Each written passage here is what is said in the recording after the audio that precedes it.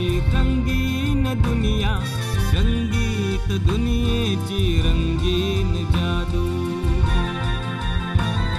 नजारे निराळे, सितारे तराने, अदाए तूफानी, दिल हुए बेकाबू. अनोखे दीवाने, अंदाज प्यारे, त्यांच्या कामाची जादू, नावाची जादू. बघूयात यांच्या या हुकमी टेक्यांची दुसरी बाजू, दुसरी बाजू, दुसरी बाजू, दुसरी बाजू. नमस्कार मित्रमैत्रिणींनो, नमस्कार. मी विक्रम गोखले नेहमीप्रमाणेच दुसरी बाजू या कार्यक्रमात तुमचं स्वागत करतो आहे. मित्रमैत्रिणींनो, बहुतेक वेळेला आपल्याला असं पाहायला मिळतं की कुटुंबामध्ये वडिलांचं जे कार्यक्षेत्र असतं त्याच कार्यक्षेत्रामध्ये मुलांनी किंवा मुलींनी यावं असा एक प्रघात आहे, एक परंपरा आहे, प्रथा आहे. परंतु आज आपण ज्या व्यक्तीला इथे पाहुण्या म्हणून बोलवलेलं आहे त्यांनी आईच्या क्षेत्रामध्ये होती ते क्षेत्र करिअर म्हणून निवडलेलं आहे. त्यांची चित्रफीत पाहिल्यानंतर तुमच्या लक्षात येईल की ही व्यक्ती कोण आणि त्यांच्या मातोश्री कोण. पाहूया आजच्या पाहुण्यावरची एक चित्रफीत. व्यक्तिमत्वातच अनोखी जरब असलेले एक दमदार अभिनेते म्हणजे अनंत जोग. बालनाट्यापासून सुरू झालेला त्यांच्या अभिनयाचा प्रवास आजही भरधाव वेगात सुरू आहे. मग हिंदी असो की मराठी, चित्रपट, नाटक, मालिका असा सर्वत्र त्यांचा संचार आहे. रावडी राठोड, सिंघम, विजयपथ, गर्व, शांघाय, भूतनाथ रिटर्न, सरकार यासारखे हिंदी चित्रपट, तर बघतोस काय मुजराकर, नो एंट्री यासारखे मराठी चित्रपट, आहट, CID, कुछ खोया कुछ पाया, दरार, स्वाभिमान, इतिहास यासारख्या हिंदी मालिका, तर 100 डेज, गंध फुलांचा गेला सांगून, 100 यासारख्या मराठी मालिका, ऋणानुबंध, चित्कार, रंग सावल्या, देवबाप्पा सुखी ठेव, अश्वमेध अशी नाटकं. अशा या दमदार अभिनेत्याची जाणून घेऊया दुसरी बाजू. तर स्वागत करूया अनंत जोग यांचं. अनंता, वेलकम.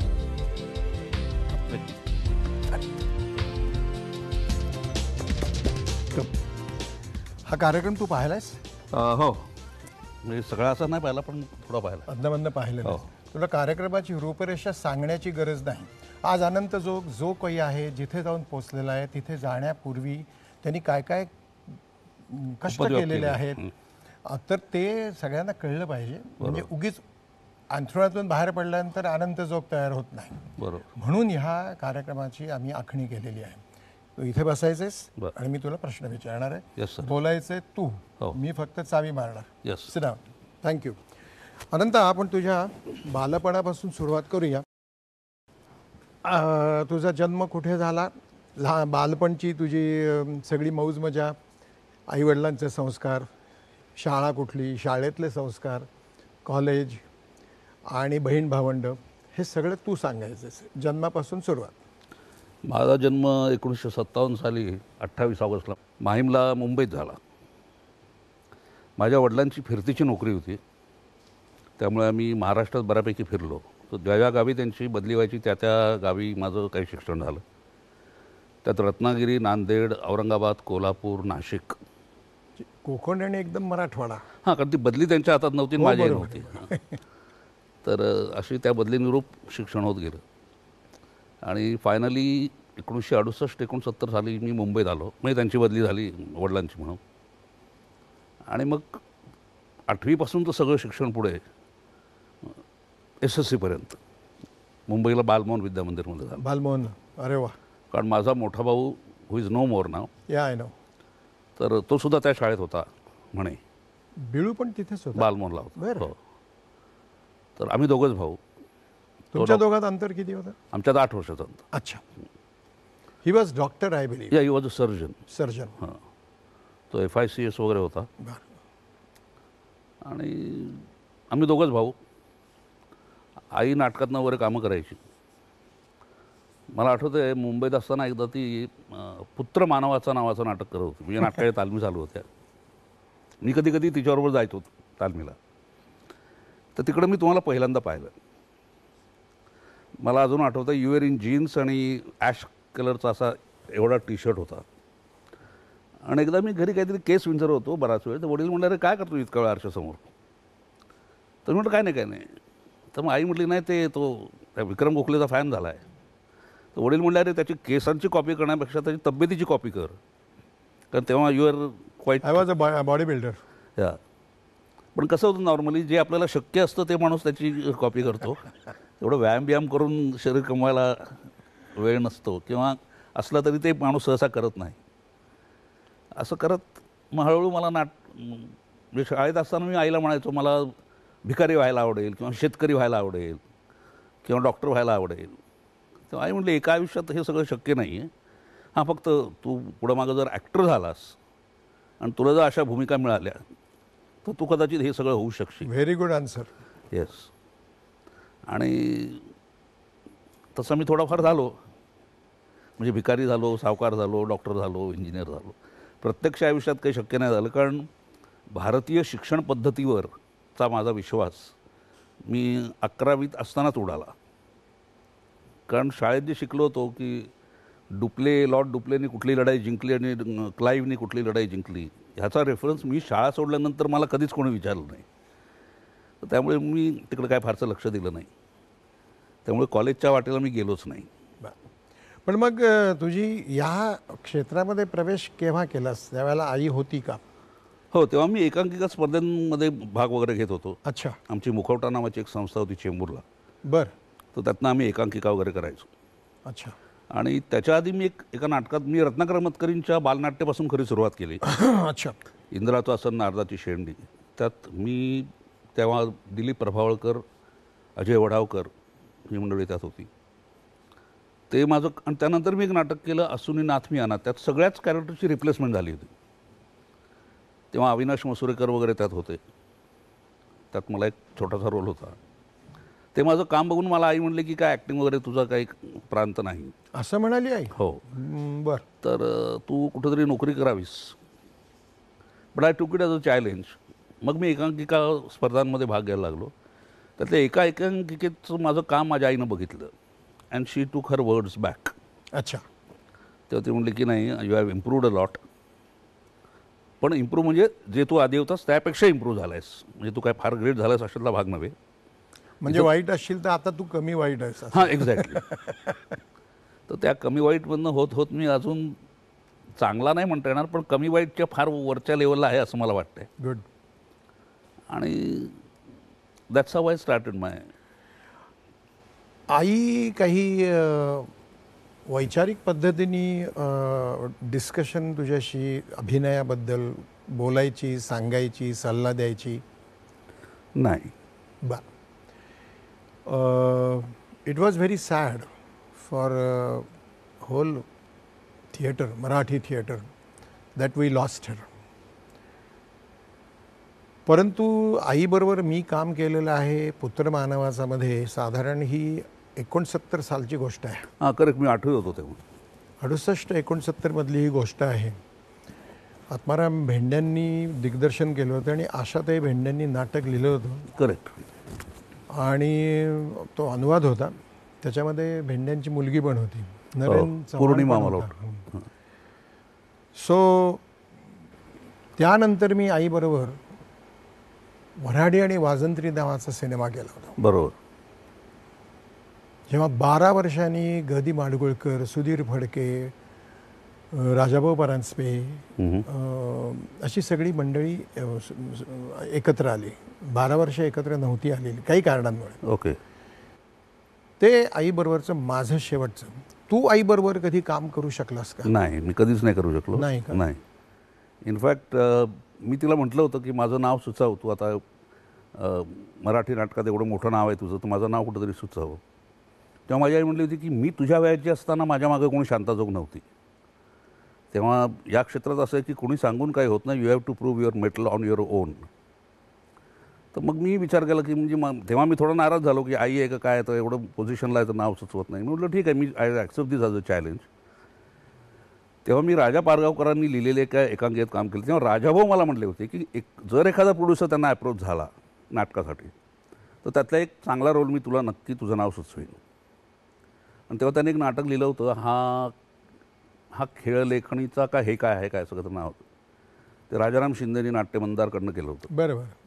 आणि त्यात राजा पारगावकरांनी माझं नाव सुचवलं. That was my first professional play, Marathi play.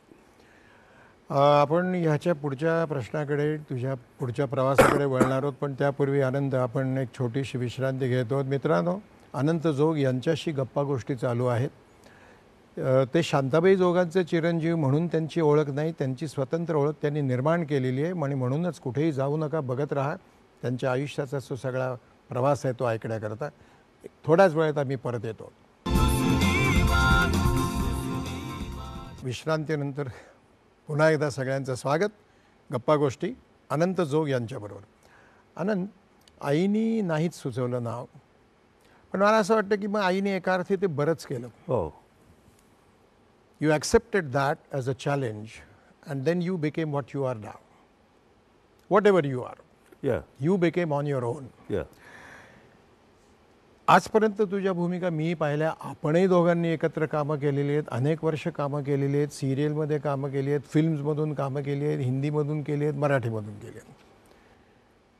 आई तुला जे म्हणालेली होती की काय तू नटबीट काही होऊ नकोस, तुझ्यात काही नाही आहे, त्याच्यानंतर पुन्हा दुसरं चॅलेंज तू घेतलंस अँड यू प्रूव्ड की आईने येऊन सांगितलं की येस यू आर बेटर नाव.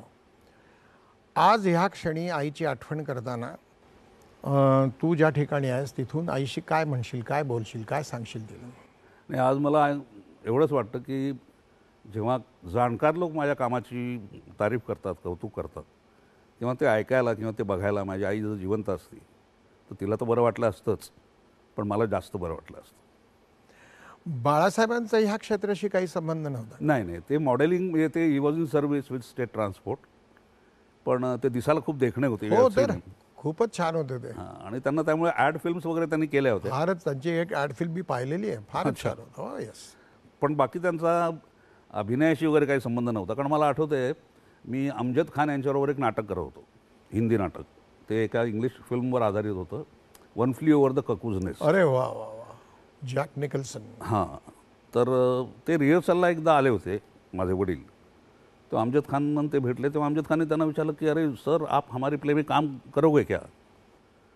माझे वडील म्हणले की मी कधी नाटकात वगैरे काम केलेलं नाही आहे आणि हिंदीची माझी बोंब आहे. मुळात मला पाठांतर होणार नाही. मी इंग्लिशमध्ये किंवा मराठीत बोललो तर चालेल का?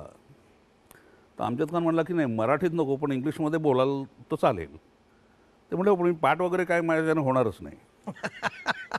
तर अमजद खान म्हणला ठीक आहे, तुम्ही नुसती एंट्री तर घ्या, मी तुमच्या पर्सनॅलिटीच्या प्रेमात आहे. He was very handsome. Yeah, he was very handsome. So was my brother also. Yes, बिळूला आठवतंय मला, बिळू पण आठवतंय. तर त्यांनी काम केलं होतं आणि ते काय त्यांचा अमजद खानचाच सीन असायचा. त्यामुळे ते जे काय बोलतील त्या अनुषंगानं अमजद खान बोलायचे आणि अमजद खान जे बोलायचे त्या अनुषंगानं बाबा बोलायचे. अरे वा, असा एक सीन ते करायचे नाटकात. पण हे अवघड आहे आनंद. हो, कारण ते प्रत्येक प्रयोगाला वेगळं काही असू शकतं. म्हणजे कम्प्लीट टोटल इम्प्रोव्हायझेशन, मोठा एक्सरसाइज आहे हा नटांसाठी. Yes, very good, very good. तेव्हा ते मला म्हणायचं की काय तुम्ही ॲक्टिंग करताय एवढं म्हणताय, मी असं जातून करून येतो. म्हटलं नाही बाबा, ते तुम्ही देखणे आहात म्हणून ते सगळं खपून जात आहे. गुड. जरा ह्याच्याबद्दल, भावाबद्दल सांग ना जरा. माझा मोठा भाऊ माझ्याहून 8 वर्षांना मोठा होता. तो खूप हुशार होता अभ्यासात वगैरे. तो पुढं सर्जन झाला. पण कालांतरानं आमच्यात 8 वर्षाचं अंतर राहिलं नाही. तो मस्करीत म्हणायचा की अनंतच माझ्याहून 8 वर्षांनी मोठा वाटतोय मला. म्हणून तो मला हाक मारायचा, या थोरले बंधू वगैरे. पण ती मस्करी होती. पण अर्थात त्यांनी कॉलेजमध्ये काम केलं होतं कुठल्या तरी नाटकात, ते आईनं बघितलं होतं. तेव्हा आई म्हणली होती की नाही, तुझाही प्रांत नाही हा. It is not necessary that cobbler son has to be a cobbler. तर मी ॲक्टर आहे किंवा तुझे वडील सर्व्हिसमध्ये, त्याचा अर्थ हा नाही की सगळं तू केलं पाहिजेस. तू आपला डॉक्टर कर, लोकांची तब्येती सांभाळ आणि स्वतःचीही सांभाळ. So that's how he became a doctor. He was not in India, he was out of India ना? Yeah, he was in Australia. Australia. But he died there. He died there. His lungs got choked up आणि ती replacement मिळाली नाही वेळेवर. That's why. म्हणजे मरायच्या आधी त्यांनी एक तास मला आधी फोन केला होता की अनंत आता आपण भेटणार नाही. म्हटलं काय झालं, कुठं चाललास तू? तो म्हणला मी वर चाललो आहे. म्हटलं मग वर म्हणजे? पण मी आता मरणार आहे 1 तासाने. तर माझा विश्वासच बसेना याच्यावर. म्हटलं काय झालं तुला? असं असं. म्हटलं मग माझा फुफ्फुस घे ना, एका फुफ्फुसावर माणूस जगतो. तो म्हणलं it's too late in the day ना, मग त्यातून तुझा माझा ब्लड ग्रुप वेगळा आहे, तर ब्लड ग्रुपवर 1 लागतो अशी काहीतरी भानगड होती ते. मग माझ्या तोंडावर आले होते शब्द. नॉर्मली आपण जसं कोणी प्रवासाला जाताना म्हणतो अरे काळजी घे, तर म्हटलं आता काळजी कसली घ्यायची. पण it was a shocking for me. It was shocking for us also who new. म्हणजे मी तर बिळू बरोबर आम्ही सगळे एकत्र खेळलोत लहानपणी पुण्याला. म्हणजे एकाच बंगल्यात राहत होतो आम्ही सगळे. Anyway it's very sad that we lost Aai Shantabai and we lost Bilu. त्याचं पहिलं नाव मी विसरलो. श्री. अनंता, मी आजपर्यंत गेल्या 25 वर्षात तुला वेगळ्या वेगळ्या भूमिका करताना मी पाहिलेलं आहे, पण थोड्याशा तुझ्या दुर्दैवाने तुला फार वेळेला एकाच तऱ्हेच्या भूमिका मिळत गेल्या आणि you never got. You are not the only person, but there are so many actors की त्यांचे ड्यूज आहेत ते त्यांना मिळत नाहीत. You are one of them असं माझं मत आहे. विविध प्रकारच्या भूमिका करणं हा नटाचा एक हक्क असतो. दुर्दैवाने तुला एकाच तऱ्हेच्या बऱ्याच भूमिका बरीच वर्षे मिळत राहिल्या. पोटापाण्याकरता आपल्याला करावं लागतं. डिड यू एव्हर थिंक की आता मला नाही म्हटलं पाहिजे, मी आता हे नाही करणार, असं सुदैवाने कधी तुला म्हणावायची संधी मिळाली का? का दुर्दैवाने तुला येणारी प्रत्येक भूमिका करावीच लागली? It's very sad not to have that power at that moment to say no, पण ते करावं लागतं. कारण मला माहिती आहे तू अगदी वेगळी भूमिका आत्ताच माझ्यावर केलेली आहेस तुझ्या जावयाच्या सिनेमामध्ये. हो, बघतोस काय मुजरा करत नाही. पण कसं होतं म्हणजे माझ्या बाबतीत तर मला तुम्ही म्हणाल तसं किचन चालवायला कधी कधी आपल्याला ॲक्सेप्ट करायला लागतात रोल्स. ज्यांना दिग्दर्शनातलं उकाठो कळत नाही अशा दिग्दर्शकांबरोबर कामही करायला लागतं. पण नुसतं किचन असं नाही. माझं काय होतं, मला काम नसेल तर मला स्वप्न पडतात की कॅमेरा लागला आहे, लाईट्स लागले आहेत आणि तो डायरेक्टर ॲक्शन म्हणतो आहे आणि मी म्हणजे शूटिंग जरी नसलं आणि मी शूटिंगला जाऊन बसलो तरी मला बरं वाटतं. ते सगळं सराउंडिंग जे आहे, मग मी म्हणतो मग ठीक आहे, मग वेगळा रोल नाही ना, हरकत नाही. जो माझ्या पठडीतला इतकी वर्ष सतत निगेटिव्ह लोक पाहत आलेत.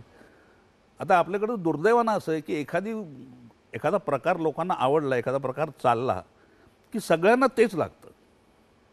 म्हणजे आपण जी सिरियल केली होती कुछ खोया कुछ पाया नावाची, त्यात मी विलनचा रोल केला होता. ते बघून मला रमेश सिप्पीसारखा, ज्या माणसाने शोले फिल्म डायरेक्ट केली, त्यांनी एका सिरियलसाठी मला बोलावलं आणि तो रोल वेगळा होता आपल्या रोलपेक्षा. तर म्हणे नाही, आपने उसमें जो किया था वो आप यहाँ पे कीजिए. तर मी म्हटलं सर, तो रोल जो आहे ती भूमिका एका गावातल्या माणसाची होती. तो अशिक्षित माणूस आहे, फक्त तो चतुर आहे, चलाक आहे, कावेबाज आहे. आणि इकडं माणूस ते कॅरेक्टर तसं नाही आहे. तर म्हणलं नाही वो छोडो, वो मेरी जिम्मेदारी आहे, तुम्ही तसं करा. तर मग असं होतं की अरे एवढा मोठा दिग्दर्शक हे सांगतो. रमेशने सुद्धा असं म्हणावं, मला आश्चर्यच वाटतं. पण हे काही वेळेला करायला लागतं ना. असं वाटतं खूप की अरे यार मी कॉमेडी करू शकेन, मला माहिती आहे. कारण मला माझे मित्र म्हणतात की you have good sense of humour. Yes you have, I know.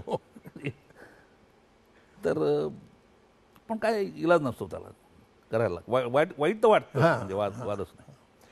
But do you think की केव्हा तरी अशी वेळ येईल की भले तुला थोडी अडचण होईल तुझी, परंतु आर्थिकदृष्ट्या कदाचित होईलच असं नाही, कदाचित, पण नाही मी हे नाही करणार, मग काहीतरी बदल करा असं म्हणायची केव्हा तरी वेळ आली तर तसं करशील का? हो, नक्कीच करेन. तसं तू करावंस. म्हणजे in fact I am waiting for that opportunity की एखादा असा वेगळा रोल माझ्याकडे यावा जो सिम्पथॅटिक असेल. म्हणजे अलीकडे मी काय करतोय, ते माझं फ्रस्ट्रेशन म्हणा, काही म्हणा, मला काही आवडलेल्या ज्या कविता आहेत काही कवींच्या, त्या मी फेसबुकवर अपलोड करतो. आणि that's how I get my pleasure. की ज्या कवितांचा व्हिलनिश किंवा निगेटिव्हिटीशी काही संबंध नाही, त्या खूप रोमॅन्टिक आहेत, हळव्या आहेत, स्वप्नाळू आहेत, पण त्या कविता मला म्हणायला आवडतं. आणि त्या कसं आहे, आपण ॲक्टर असल्यामुळे आपल्याला कोणतरी ॲप्रिशिएट करणारा, समोर ऐकणारा श्रोता किंवा प्रेक्षक लागतो. तसा तुम्हाला प्रेक्षक नाही मिळत, पण श्रोता तरी मिळतो, जो त्यांच्या कमेंट्स फेसबुकवर माझ्या त्या काव्य वाचनावर करतो. And I feel my self happy in that. Good. एकदा तू माझ्या दिग्दर्शनाखाली काम केलेलं आहेस हो, आणि तू ते काम चांगलं केलं होतंस. थँक्यू. मी पुन्हा बोलवलं तर येणार का? म्हणजे काय सर, अहो मी तुमचा जबरदस्त फॅन आहे. म्हणजे मला स्वप्नातही वाटलं नव्हतं की ज्या माणसाचा मी एवढा फॅन आहे तो माणूस, ती व्यक्ती माझा इंटरव्ह्यू घेईल. नाही नाही, म्हणजे आंधळा मागतो 1 डोळा आणि देव देतो रावणाचे 10 डोळे, 100 डोळे, 20 डोळे, तसं आहे आज मला माझ्यासाठी. बरं, आता तू जेव्हा ह्या कॉन्स्टंटली ह्या अशाच एकाच तऱ्हेच्या भूमिका करतोस त्यावेळेला मी तुला आत्ता जसं म्हणलो की ॲज पर माय थॉट्स, बरेच ॲक्टर्स आजूबाजूला असे अजूनही आहेत की ज्यांना पूर्णपणे लोकांनी ओळखलेलं नाही, दिग्दर्शकांनी. You are one of them. पण प्रेक्षक याबद्दल काय प्रतिक्रिया देतात? तुझ्या वेगळ्या वेगळ्या वेशात असतील पण त्याच तऱ्हेच्या निगेटिव्ह भूमिका करून प्रेक्षक असं काही म्हणतात का की अहो तुम्ही असं काहीतरी करा, ते त्याच्यात केलं होतं ते वेगळं होतं? हो, असं म्हणणारे काही प्रेक्षक मला भेटलेत, अशातला भाग नाही. पण अशा संख्येनं कमी लोक आहेत. हां, ते असणारच, बुद्धिवादी कमीच असतात ना. हो, नाही. आणि दुसरं काय होतं की निगेटिव्ह रोल करताना सर्वसाधारण प्रेक्षक, म्हणजे बरेचसे प्रेक्षक स्वतःला त्या कॅरेक्टरमध्ये रिलेट करतात, म्हणून त्यांना ती कदाचित खलनायकाची भूमिका जास्त आवडत असावी. कारण माझ्या मते खलनायक किंवा खलनायिका ही एखादी समजा म्हणजे लौकिक अर्थानं कुरूप दिसणारी मुलगी जेव्हा आरशात स्वतःला बघते तेव्हा तिला ती सुंदरच वाटत असते. तिने लिपस्टिक लावलेली असते, विचित्र कपडे घातलेले असतात लौकिक अर्थाने, पण तिच्या पॉईंट ऑफ व्ह्यूनं तिला वाटत असतं मी आत्ता दिसायला अप्सरा आहे. That is called negative role, असं मला वाटतं. की हिरोईनला पटवायचा जो एक मार्ग आहे, जो हिरोनं निवडला आहे, तो मार्ग व्हिलनसाठी चुकीचा आहे. म्हणजे व्हिलनच्या पॉईंट ऑफ व्ह्यूनं हिरो इज अ व्हिलन, नाही का? बरोबर. कारण दोघांचंही ध्येय एकच आहे. तो तसा प्रयत्न करतो, हा असा प्रयत्न करतो. पण आता असा प्रयत्न करणं लौकिक अर्थाने योग्य नसल्यामुळे तो विलन आहे. बरोबर आहे. वेरस त्याच्यासाठी हिरो जो आहे तो चुकीचा आणि वाईट माणूस आहे. तिनं त्याच्याशी लग्न करणं किंवा प्रेम करणं हे चुकीचं होणार आहे असं विलनला वाटतंय. हो, त्याच्या दृष्टीने बरोबर आहे.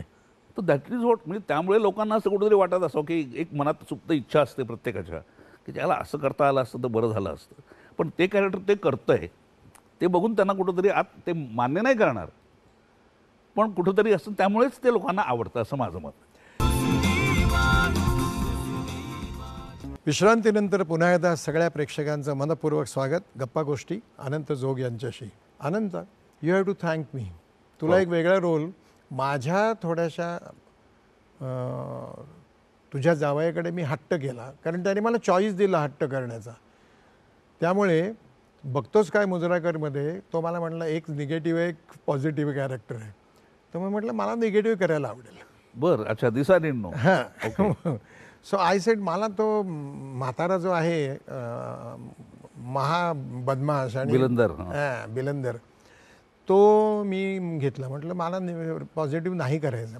So you became that teacher काहीतरी तू फिलॉसॉफर इतिहास काहीतरी संशोधक इतिहास संशोधक पॉझिटिव्ह. हो, तो तुझ्याकडे आला. हो, then I am really thankful to you sir. Thank you so much. जावयाचं काय मत आहे तुझ्याबद्दल? म्हणजे सासरा म्हणून तो चांगलं बोलतो असं नाही. As an actor you and as a director हिम.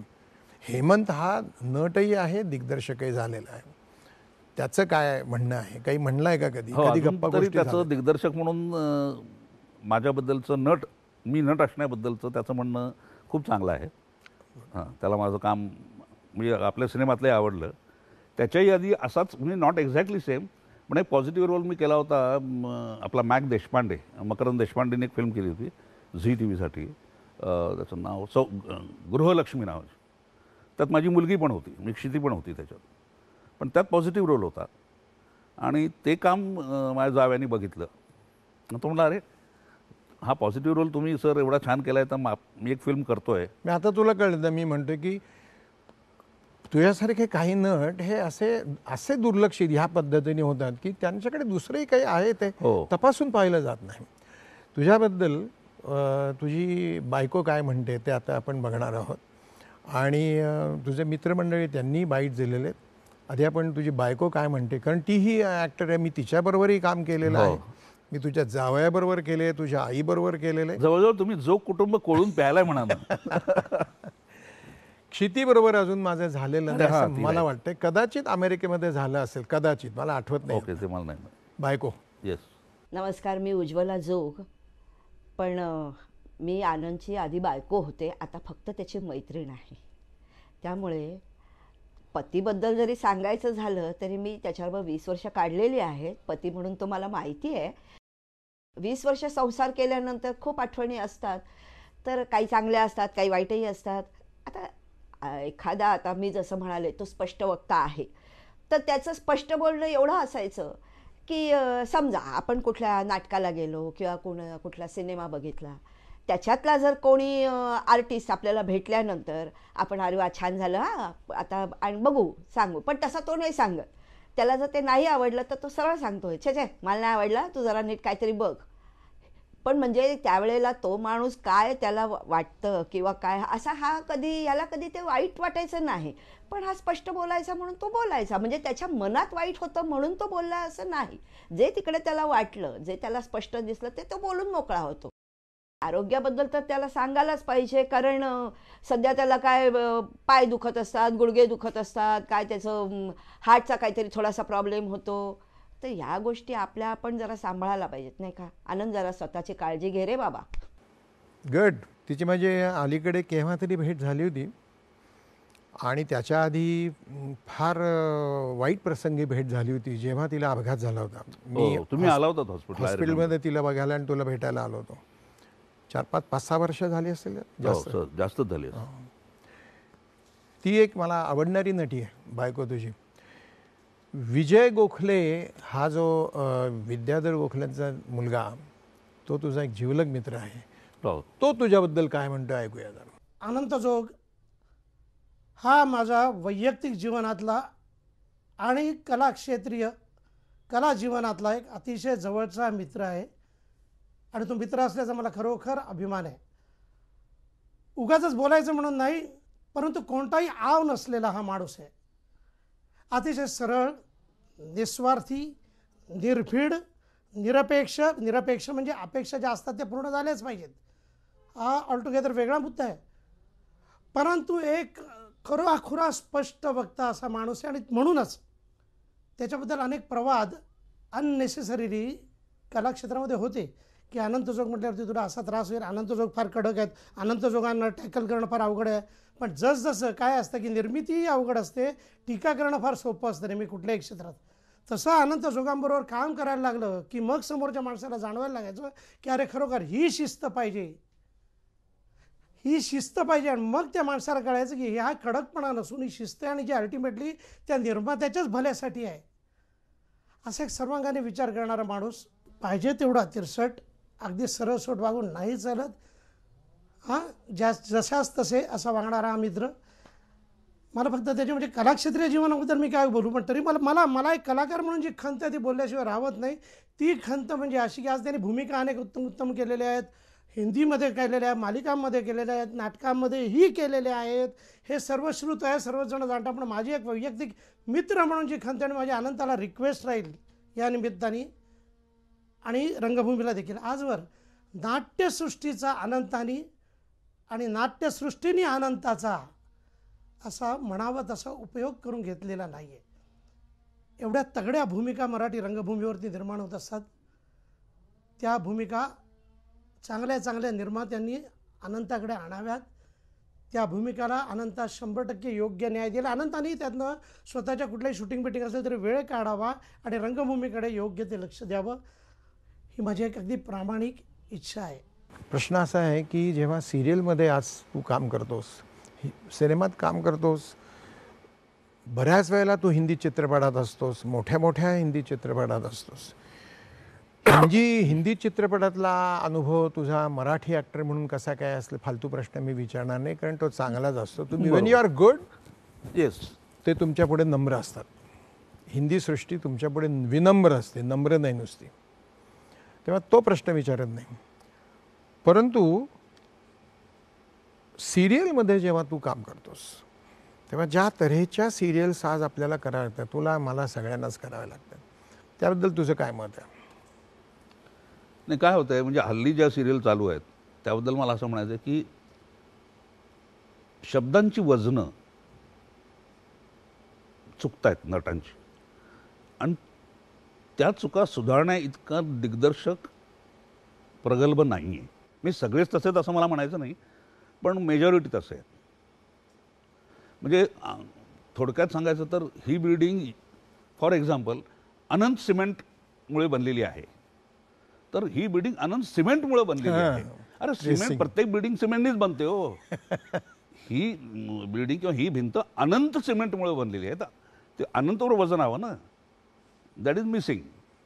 पण आता बहुतांशी नट असेच नट्या असेच बोलतात, पण ही म्हणजे माझ्या नंतरची पिढी नट म्हणून खूपच उजवी आहे असं माझं मत आहे.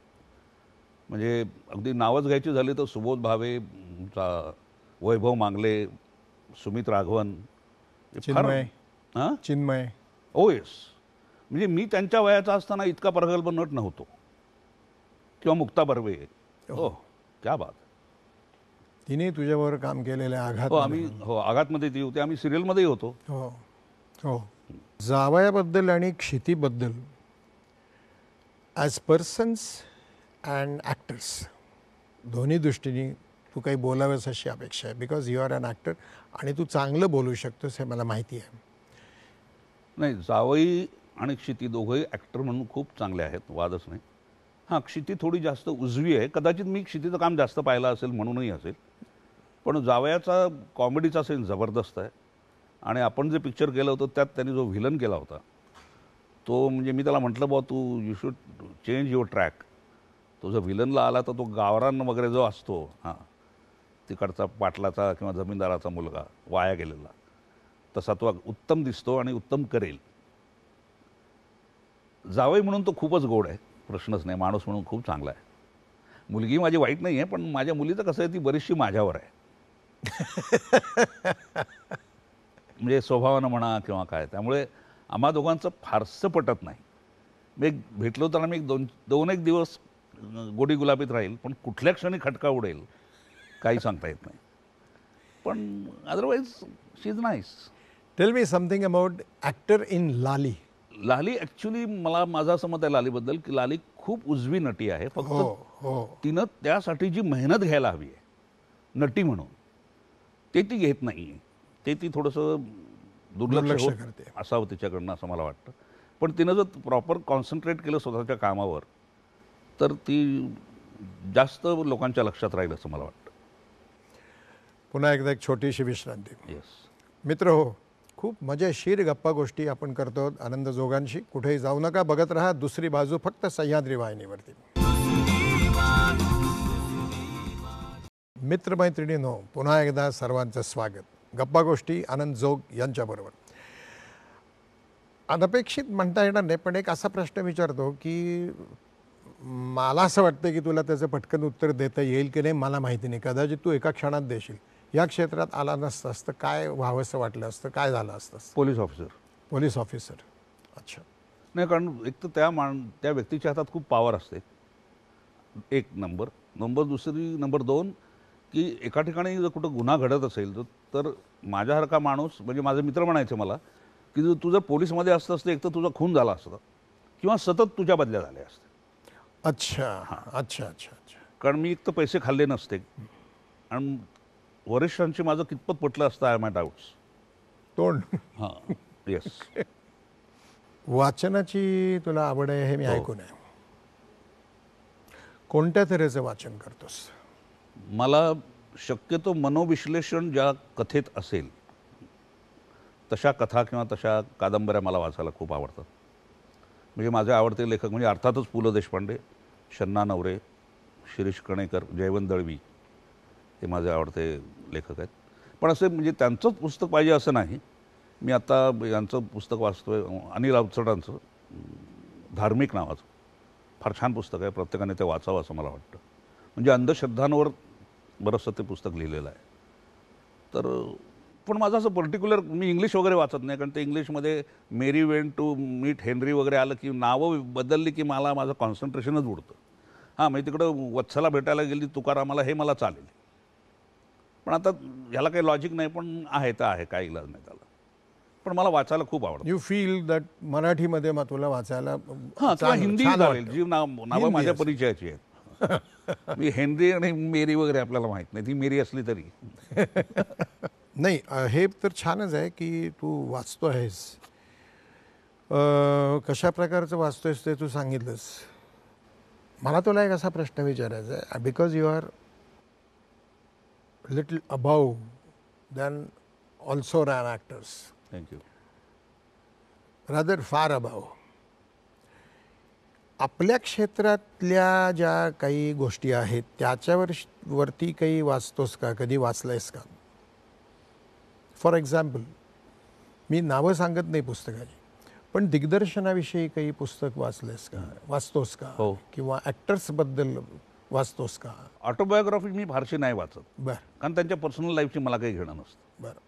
आणि आपल्या क्षेत्राबद्दल म्हणाल तर माझं वाचन असं काही फार नाही आहे, पण मी I am very good observer. मी खूप बारीक बारीक जागा प्रत्येकाच्यावर टिपत असतो आणि त्या कुठेतरी वापरत असतो. You are a man watcher like me. Yeah you can. I am a man watcher. मग तसं असेल तर मी तुला एक पुस्तकाचं नाव सुचवतो, मिळेल कुठे बाजारात मला माहिती नाही. Man watching. मॅन वॉचिंग, बरं डॉक्टर डेझमंड मॉरिस. मी तुला लिहून देईन. बरं. हे पुस्तक जर तुला कुठे मिळालं तर अनंता तू ते पुस्तक जरूर वाच. त्याचा तुला तुझ्या कामामध्येही फायदा होईल. आणि माणसं वाचणं म्हणजे काय हे डॉक्टर डेझमंड मॉरिसकडून तुला शिकायला मिळेल. कारण मला परवा विजय केंकरे म्हटला की मामा तोरड, म्हणजे मधुकर तोरडमलांनी 2 पुस्तकं लिहिलीत. एक तिसरी घंटा एक आहे. नाही, दॅट इज इज ऑटोबायोग्राफी. एक सम्राट आणि एक सम्राज्ञी, आणि आणखीन एक रूप आणि गंध का रूप आणि रंग असं काहीतरी आहे. ती मी शोधतोय, पण ती तुम्ही म्हणता त्याप्रमाणे आहेत. ठीक आहे, पण तरी मी सांगतो ते पुस्तक तुझं आत्ताचा हे ऐकल्यानंतर की you are an observer. Yes. तर you better read doctor Desmond Morris, man watching. Man watching. हे आता जगात कुठे मिळेल का नाही पुस्तक मला माहिती नाही, पण कदाचित मिळेल. म्हणजे, इलेक्ट्रॉनिक मीडियाने उडकून काढ, पण ते जरूर वाच. बरं. हा माझा तुला सल्ला आहे. Yes sir. मी ते 80 साली पुस्तक वाचलं आणि त्याचा मला प्रचंड फायदा झाला. मी जेव्हा शिकवतो विद्यापीठामध्ये तेव्हा मी त्या पुस्तकाचा बराचसा आधार आहे मला. बरं. फारच अप्रतिम पुस्तक आहे मॅन वॉचिंग. Man watching. तो प्राणीशास्त्रज्ञ आहे खरा, त्याचा अभिनयाशी काही संबंध नाही. त्यांनी जे लिहिलेलं आहे हो, बॉडी लँग्वेज ना. हा नाही, not only body language, body mathematics, body politics, body economics, everything.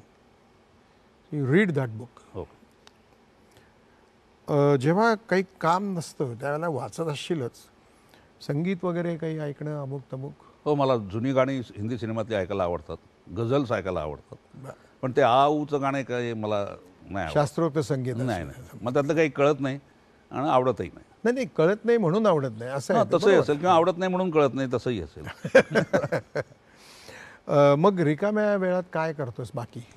मी एकतर टी व्हीवर सिनेमे बघतो, किंवा मला साफसफाईची खूप आवड आहे, स्वच्छतेची.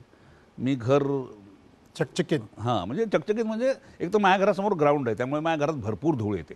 म्हणजे सकाळी जरी ते साफ केलं तरी संध्याकाळपर्यंत धूळ आलेली असते. पण तो एक माझा छंद आहे म्हणा किंवा आवड आहे म्हणा, मला असं स्वच्छ टापटीप राहायला आवडतं. सर्वसाधारणपणे असं म्हटलं जातं की प्रत्येकाने सामाजिक भान ठेवावं. गंमत अशी आहे की प्रकाशात असलेल्या माणसांकडून याची जरा जास्तच अपेक्षा असते. तर तो भाग सोडून देऊया आपण. लोकांच्या अपेक्षा काही असो, कारण असंच म्हणणारे जे आहेत ते स्वतः किती सामाजिक भान ठेवतात याबद्दल मला शंकाच आहे. तुला स्वतःला अशी काही एक भान आहे का की ज्या समाजाने आपल्यावर प्रेम केलंय, करतोय, करत राहील आपल्या मरेपर्यंत, तोपर्यंत ह्या समाजाकरताही थोडंसं काहीतरी करावं ह्या विचाराने काही करतोयस का, केलंयस का, करणार आहेस का? नाही, करतो आहे, करत राहीन. फक्त काय करतोय किंवा काय करत राहीन हे मी अशासाठी सांगू इच्छित नाही. पण मग तसं जर मी सांगितलं तर मग त्या करण्याला अर्थ राहणार नाही. नाही, एक minute. The followers which they like you, त्यांनाही कळलं पाहिजे की आपल्याला हा माणूस आवडतो, तर हा हे करतो, आपणही हे करायला पाहिजे. म्हणून हे सांगायला पाहिजे. एक काळ असा होता की उजव्या हाताने दिलं तर डाव्या हाताला कळता कामा नये वगैरे वगैरे. बरोबर आहे, ही फार समृद्ध अशी परंपरा आहे भारताची. परंतु आज परिस्थिती अशी आहे की तुम्ही आयडॉल आहात. तुम्ही आयडॉल जेव्हा असता तेव्हा तुम्हाला फॉलोअर करणारे जे असतात ते तुमच्याकडे लक्ष ठेवून असतात. तर याकरता काही करण्याची नाही, म्हणजे मी असं आता माझ्याकडे जी कामाला बाई आहे, मुलगी आहे, तर तिला ती म्हणवते की सर मुझे वो कान का कुछ बनाना है, सोने का ये वो. मी म्हटलं नाही, त्याच्यापेक्षा आधी तू म्हणवतेस की तुझी दाढ दुखते, तर तू डेंटिस्टकडे जा, हा त्याचा नंबर, तर त्याच्याकडे जायच्या आधी मला फोन कर आणि तो जो काय खर्च होईल तो सगळा माझा असेल, त्याचा तुझ्या पगाराशी काही संबंध नाही. Very good. मी ते कानामिनातलं घेऊन देणार नाही. First class. मला जे महत्त्वाचं आहे, जे खाऊन तुझं पोट भरणार आहे, पोट भरलीस तर इकडे येऊन माझं काम होणार आहे. बरोबर आहे. तर ते जास्त महत्त्वाचं आहे. बरोबर. किंवा याच्या आधी माझ्याकडे जी कामाला बाई होती तिच्या मुलीच्या शिक्षणाची सगळी जबाबदारी मी घेतली होती. व्हेरी गुड आनंद. आणि व्हेरी गुड. ती आता 10वी पास झालेली आहे, अरे वा वा, ती मुलगी. Very good. तुझ्या पुढची जी जनरेशन आहे ती सांगण्याच्या पलीकडे गेलेली आहे की काय मला माहीत नाही, पण त्याच्या पुढची जी जनरेशन आहे त्यांना काय सांगशील? नाही, आत्ता तू म्हणलंस की नेक्स्ट जनरेशन ती तुला खूप आवडते. हो, मलाही खूप आवडते. तर तू त्या जनरेशनला काय सांगू शकशील? नाही, मी कुठल्याही जनरेशनला हेच सांगू इच्छितो की माझी कंटेम्पररी असोत, माझे सिनियर्स असोत किंवा माझे ज्युनियर्स असोत, तुम्ही तुमच्या कामाशी 100% प्रामाणिक राहायचा प्रयत्न करा आणि कृपा करून वक्तशीर राहा. तुम्ही वेळेची किंमत ठेवली तर वेळ तुमची किंमत ठेवेल, पण वेळ पाळणं फार आवश्यक आहे असं मला वाटतं. आणि ते जे करू शकत नाहीत त्यांचं, माझं वेळ आणि दिलेला शब्द हा तुम्ही पाळलाच पाहिजे आणि तुमच्या कामाशी तुम्ही प्रामाणिक राहण्याचा प्रयत्न केला पाहिजे. That's all. आता आणखीन दोघं जण आहेत, ते तुझ्याबद्दल काय म्हणतात. ते आहेत शेखर प्रभावळकर म्हणून आणि आशिष निनगुडकर म्हणून. ते दोघं काय म्हणतात ते पाहूया आणि मग पुढे जाऊया. Yes sir. अनंत आणि मी 1969 सालापासून एकमेकांना ओळखतो. 8वीत असताना बालमोहन विद्या मंदिरमध्ये तो आमच्या वर्गात आला आणि पहिल्या दिवसापासूनच आम्हाला सगळ्यांना खात्री पटली की तो एक आमच्या सर्वांपेक्षा टोटली वेगळा असं त्याचं व्यक्तिमत्व आहे. आणि मुख्य म्हणजे तो पहिल्या दिवसापासून हिरो होणार आणि नाटकात किंवा पिक्चरमध्ये काम करणाऱ्याची आम्हाला 100% खात्री पटलेली. माणूस म्हणून तो सगळ्यात त्याच्याबद्दल बोलायचं की तो रोखठोक आहे, की त्याचा फायदा होईल तोटा होईल ह्याचा कधी न विचार करता की तो स्वतःच्या टर्म्सवरती लाईफ जगणारा माणूस आहे, असं मला म्हणजे माझ्या गेल्या 48 वर्षाच्या मैत्रीवरून मी अगदी निश्चितपणे सांगू शकतो. नमस्कार, मी आशिष निनगुरकर. साधारण 5 वर्षापूर्वी एका चित्रपटाच्या शूटिंगच्या निमित्तानं सेटवर आमची ओळख झाली आणि खरं तर त्यांचं वय, इतके महान अभिनेते, अनेक दिग्गज भूमिका त्यांनी केल्या आहेत, पण माझ्यासारख्या एका नवख्या मुलाला त्यांनी ज्या प्रकारे वेलकम केलं, मला वाटतं ते खूप मोठी गोष्ट आहे. आणि आज मी जेव्हा कुठेही जातो, आम्ही बऱ्याच कार्यक्रमांमध्ये सोबत जातो किंवा वेगवेगळ्या ठिकाणी जातो, तेव्हा म्हटलं जातं की ते माझी ओळख करून देताना सांगतात की हा माझा मित्र आहे. तेव्हा मला खूप भारी फिलिंग येतं की एवढे महान अभिनेते आहेत आणि ते माझ्यासारख्या एका व्यक्तीला, एका नवीन मुलाला, खरं तर आमच्या मैत्रीमध्ये तसं वयामध्ये खूप अंतर आहे, पण मला वाटतं ती मैत्री खूप जवळची आहे आणि त्यांनी मला मित्र म्हणून बऱ्याच गोष्टी, काही अनुभव, काही किस्से सांगितलेले आहेत आणि खूप चांगली मैत्री आहे, खूप चांगलं व्यक्तिमत्व आहे. म्हणजे बरंच मी सांगतो असं की इंडस्ट्रीमध्ये त्यांच्याबद्दल बरीचशी भीती आहे किंवा लोक घाबरतात त्यांना भेटायला किंवा कसं व्यक्तिमत्व आहे, पण मला असं वाटतं जो स्पष्टवादी आहे, जो खरं बोलतो, मला वाटतं त्यांना ते कायमच सपोर्ट करतात, व्यवस्थित बोलतात, कारण ते खूप स्पष्टवादी आहेत. अनंत, वेळात वेळ काढून तू ह्या कार्यक्रमाला आलास. तू फारसे काही कार्यक्रम हे पाहिलेले नाही आहेस असं तू स्पष्टपणे सांगितलंस, पण यापुढे तू पाहशील असं मला वाटतं आहे. कारण ज्या पद्धतीने आपण हा कार्यक्रम करतो तो केवळ एवढ्या करता आहे की नट म्हणून किंवा कलावंत, लेखक, संगीत दिग्दर्शक, संगीतकार, गायक म्हणून तुम्ही सगळ्यांना माहिती असता. तुम्ही तिथे कसे पोचलेला आहात हे लोकांना माहिती नसतं, त्यासाठी किती कष्ट केलेले आहेत हे माहिती नसतं. त्यासाठी हा सगळा आपण खटाटोप करत आहोत. तू ह्या कार्यक्रमाकरता वेळ काढून आलास म्हणून तुझे माझ्यातर्फे ॲडिशनल डायरेक्टर दूरदर्शन मिस्टर थॉमस, मिस्टर पवार, आमच्या या कार्यक्रमाचे निर्माते निरंजन पाठक आणि आमचा हा सगळा मित्रपरिवार, क्रू, टेक्निकल टीम यांच्यातर्फे मी व्यक्तिशः तुझे आभार मानतो. ह्या वहीमध्ये एका ठिकाणी तुझा फोटो लावलेला आहे आणि तुझ्या नकळत तो फोटो आत्ता घेतलेला आहे आणि तो इथे आहे. तर तुला इथे लिहायचं आहे, तिथे बसूनच लिही, पण आधी फोटो बघ. लायकीपेक्षा चांगला आला बैस.